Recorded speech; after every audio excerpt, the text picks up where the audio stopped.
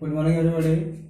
Dear students of class 6, there is the third class of you for geography, first chapter, planet Earth. Planet का अर्थ का ये तीसरा part होगा और इसमें हम लोग अर्थ के बारे में पढ़ रहे हैं। आज हम लोग सैटेलाइट पढ़ेंगे। सैटेलाइट्स क्या है?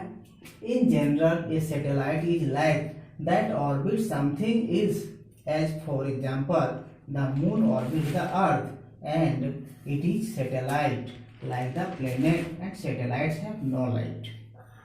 डियर स्टूडेंट्स, तात्पर्य क्या है कि कोई भी प्लेनेट ये अर्थ है और प्लेनेट के चारों तरफ जब कोई घूमता है एक ऑर्बिट पे, that means in a fixed path, whenever in a fixed path any is, कोई भी चीज अगर वह मूव करते हुए प्लेनेट के चारों तरफ घूमती है, दे राउंड्स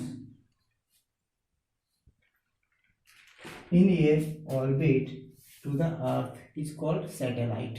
कोई भी प्लेनेट के चारों तरफ वो मूव करते हुए अगर चारों तरफ अपने निश्चित पाथ पर घूमती है तो उसे सैटेलाइट्स कहा जाता है। सैटेलाइट्स की कैरेक्टरिस्टिक्स क्या है, उसकी विशेषताएं क्या है? They have no light. Satellites की अपनी कोई लाइट नहीं होती है और वो क्या करती है? ये रिसीव करती है from the sun. They receive from the sun. जिस तरह से आपने प्लेनेट में पढ़ा कि planet have no light, they can get light from the sun, same उसी तरह से सैटेलाइट्स हैव नो लाइट। वो सन से रिसीव करता है तभी उसे लाइट प्राप्त हो पाता है सैटेलाइट्स को।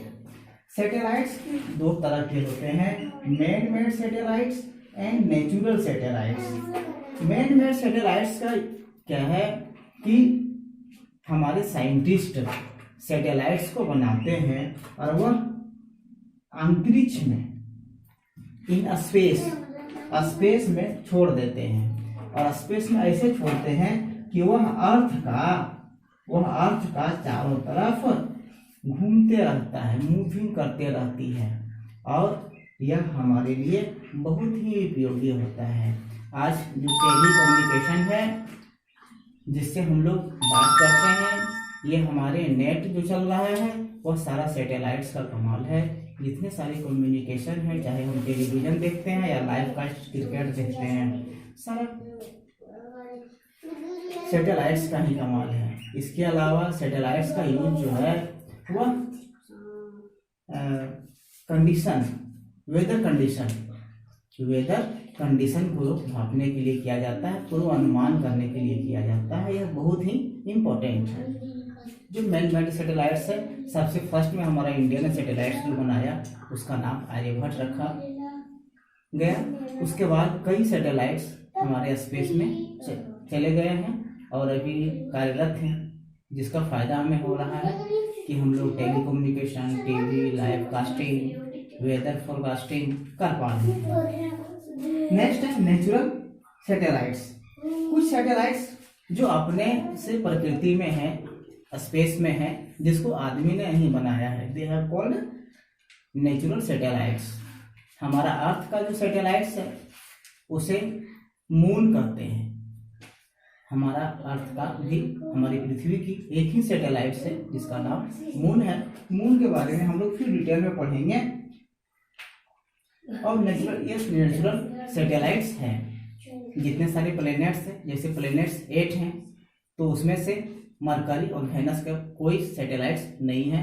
अर्थ का सिंगल एक है, फिर मार्स, जुपिटर, सैटर्न, वरुण, यानी नेपच्यून, यूरेनस, ये सब ज्यादा मात्रा में दे हैव मेनी सैटेलाइट्स और उन सब प्लैनेट्स को एक से ज्यादा सैटेलाइट्स हैं। अब हम लोग जो हमारा नेचुरल सैटेलाइट्स है पृथ्वी का मून, उसके बारे में पढ़ेंगे।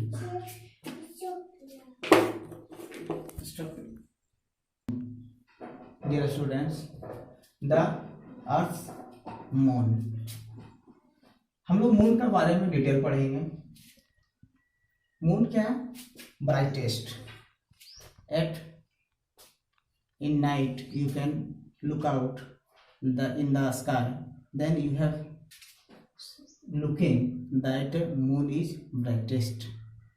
जब आप रात के समय में आसमान की तरफ देखते हैं तो आपको दिखाई देता है क्या कि मून जो है वो लाइट कर रहा है, और वह लाइट जो है सो हमारे पृथ्वी पर पड़ रही है और हमें भी लाइट मिल रही है। दरअसल उसकी कोई लाइट नहीं है, वह क्या है?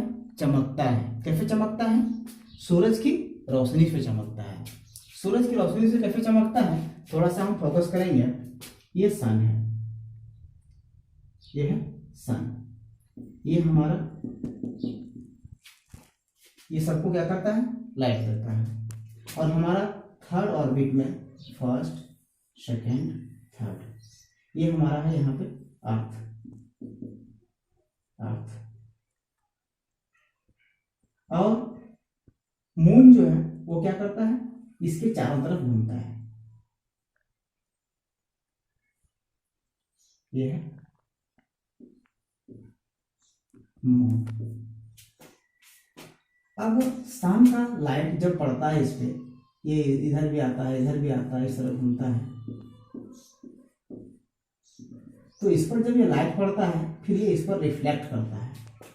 यानी शॉर्टकट में हम कहें तो moon is a like of mirror. Moon क्या है? एक शीशा की तरह है। जब आप शीशा को धूप में रखेंगे तो सन से शीशा में आएगा लाइट और वहां से रिफ्लेक्ट होकर के हमें मिलता है।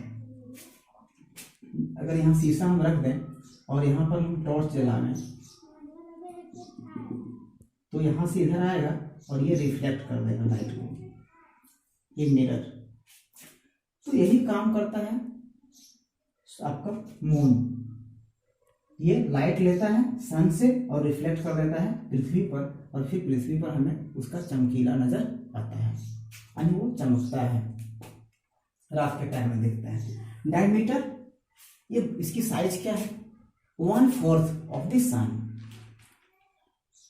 मून का डायमीटर जो है इसकी ये कितनी बड़ी है? तो ये 1/4 है, 1/4 ऑफ द सन।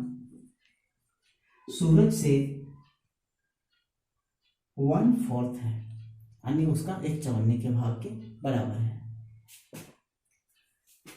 इसकी हम कंपेयर करें तो 1/16 आएगा, यानी जितना बड़ा सन है तो उसका 16वां हिस्सा मून है।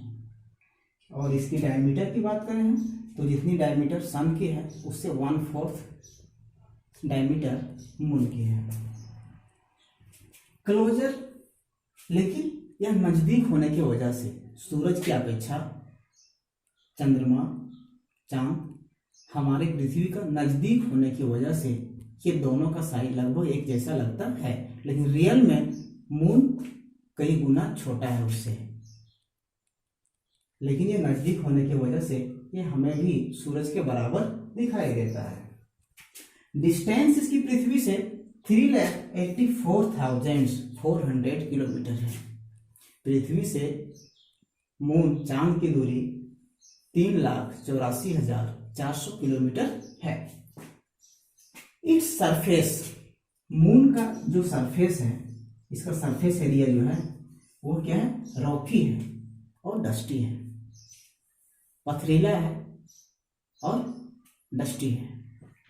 और खास बात क्या है इसके सरफेस की कि नो एयर। अगर आप मून पर जाएंगे, चांद पर जाना चाहते हैं, जाएंगे तो वहां पर हवा नहीं है। इसीलिए आपने पढ़ा होगा पिछले क्लास में, whenever that any asteroids go to the sun, they have with their cylinder of air।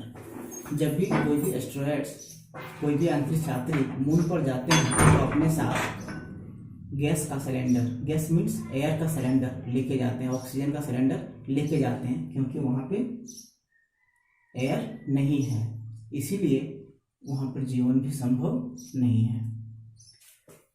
Dear students, next class में हम लोग आगे देखेंगे